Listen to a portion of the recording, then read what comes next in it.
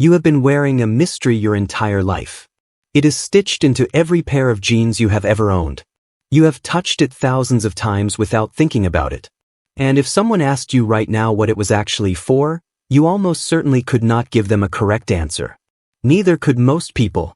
But the story behind it reaches back 150 years, to one of the most rugged, dangerous, and fascinating chapters in American history.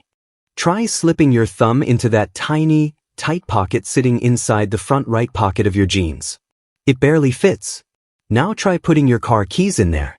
They will not go. Try dropping a single coin in and see how long it takes you to dig it back out. It is just deep enough to swallow a quarter and just narrow enough to make retrieving it genuinely awkward. By any practical measure of modern life, this pocket is useless. It is too small for a phone, too shallow for a wallet, too narrow for anything larger than a folded receipt. And yet, almost every single pair of jeans manufactured anywhere in the world today includes one, stitched into exactly the same position, at exactly the same size, as if it were serving some critical function that everyone simply forgot to explain. It is not a design accident. It is not a manufacturing quirk that somehow survived out of sheer inertia.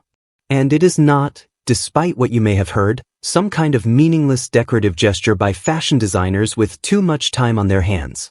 That tiny pocket was engineered with great deliberateness for a very specific purpose.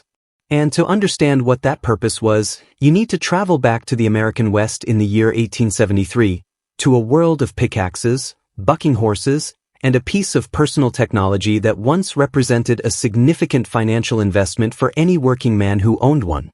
In 1873, a tailor named Jacob Davis and a dry goods businessman named Levi Strauss were granted a United States patent for a new approach to workwear. Their innovation was the use of copper rivets at the stress points of denim work pants, the corners of pockets, the base of the fly, to prevent the seams from tearing under the brutal physical demands placed on them by the men who wore them. These early jeans, which were not called jeans at all at the time but rather waist overalls, were built specifically for the hardest working men of the era. Miners swinging heavy pickaxes in California gold and silver operations. Carpenters hauling timber. Cowboys managing livestock across open range for days at a stretch. These were men whose clothing took a level of physical punishment that ordinary fabric construction simply could not withstand. But these same workers faced a specific and thoroughly practical problem that had nothing to do with the strength of their seams. In the 1870s, wristwatches did not exist as a common item. The technology existed in rudimentary form, but wristwatches were considered a novelty, a feminine accessory at best, an impractical curiosity at worst. Men who needed to know the time carried pocket watches. And a pocket watch in the 1870s was not a cheap item.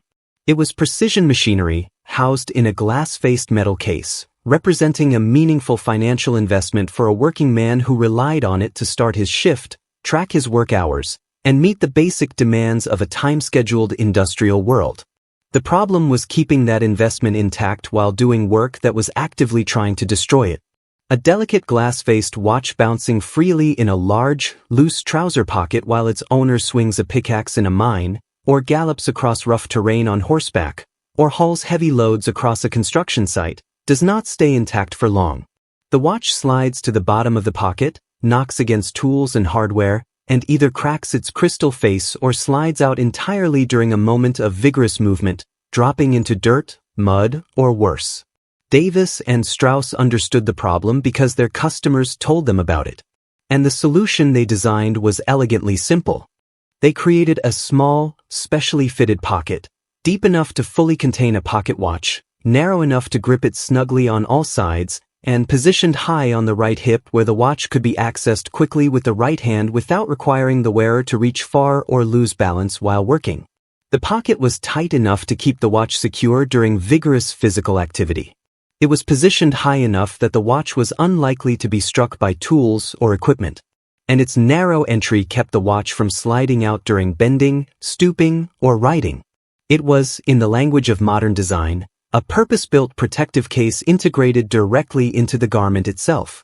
The original Levi Strauss catalogs of the period actually named this feature explicitly. It was called the watch pocket. Not the small pocket, not the coin pocket, Not the fifth pocket, the watch pocket. Because that is precisely and only what it was ever intended to be. Now, here is a piece of history that surprises almost everyone who hears it, because the commonly repeated version gets it significantly wrong. When the original riveted denim waist overalls were introduced in 1873, the garment did not have 5 pockets. It had 4. 2 large front pockets, the small watch pocket on the right side, and a single pocket on the back right. It was not until 1901 that a second back pocket was added to the design, responding to customer demand for more storage. The watch pocket was therefore not the 5th pocket added to a 4-pocket design. It was one of the original 4. The real 5th pocket, the genuine latecomer to the design, is the second back pocket that most people never think about at all. The watch pocket story has one more chapter before it reaches the present day, and it involves the Second World War. In the early 1940s, the United States government introduced wartime material conservation requirements affecting the entire manufacturing sector. Metal was needed for weapons, vehicles, ships, and aircraft. Clothing manufacturers were required to reduce their consumption of metal components wherever possible. Levi Strauss responded by temporarily removing the copper rivets from the watch pocket, those small reinforcing fasteners that had been a defining feature of the original patent design, to contribute to the conservation effort. The rivets eventually came back after the war ended. But what happened to the watch pocket itself during those wartime years is telling. Nobody removed it. Nobody questioned whether it should stay. The pocket remained exactly where it had always been, rivets or no rivets, because by that point it had become something beyond a functional feature. It had become part of what jeans looked like. Part of their identity. Part of the visual language that made a pair of jeans recognizable as a pair of jeans. And around the same time that the rivets returned, the pocket's original tenant was disappearing for good.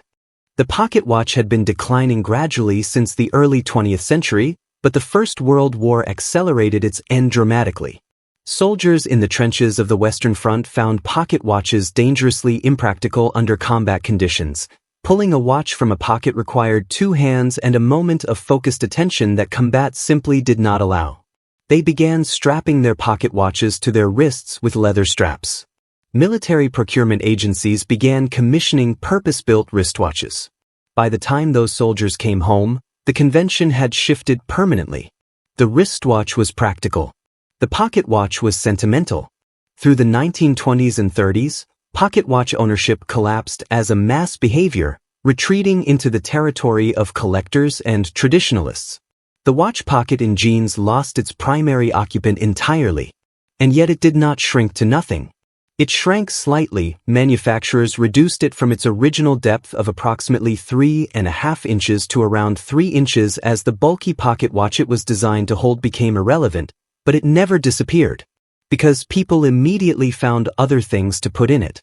In the 1950s, teenagers discovering the rebellious potential of denim used the little pocket to carry Zippo lighters, the slim metal lighter fitting the narrow space almost as perfectly as a pocket watch once had. Later generations used it for coins, folded bus tickets, guitar picks, spare keys, and eventually small USB drives. Each generation inherited the pocket without quite knowing why it existed and invented a new use for it, passing it along to the next. Today, denim manufacturers keep it stitched into every pair they produce not because it serves the original function. Nobody is protecting a pocket watch anymore, but because a pair of jeans without it does not look like a pair of jeans. It has crossed the line from functional feature to design signature, from engineering solution to cultural landmark. Removing it would feel like removing something essential, even if most wearers could not articulate exactly what.